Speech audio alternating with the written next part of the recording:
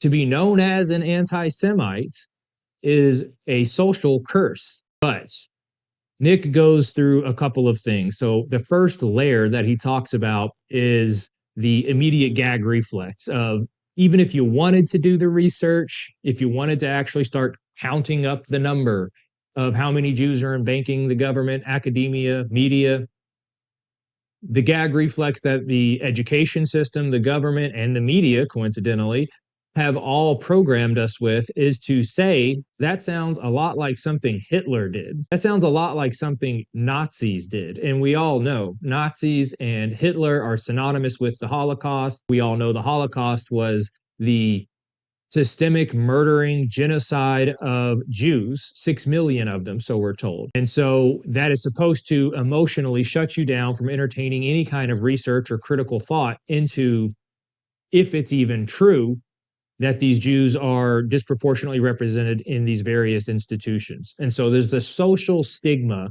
around looking at the Jewish religion, looking at the nation of Israel, that is the Jewish nation, or even the ethnicity of the Jews in any kind of critical fashion. The social stigma that we all know is called anti-Semitism. It's likened to Nazis and Hitler. That's the first repulsion that we all feel. That's the first layer that has been constructed as a bubble of irreproach around all Jewish people, religious or not, living in Israel or anywhere else. We all know that that's the first layer to stop you from going further, because nobody wants those labels attributed to them, not just because we don't want to feel like bad people. We don't want to be called Nazis and Hitler and so on. But also, we know if you have the public label of being an anti-Semite or a Nazi, a white supremacist, or any of this other nonsense, but those labels represent a very, very real and tangible risk to your personal life, your career, your romantic life, your friend circles, your church circles, romantic opportunities. To be known as an anti-Semite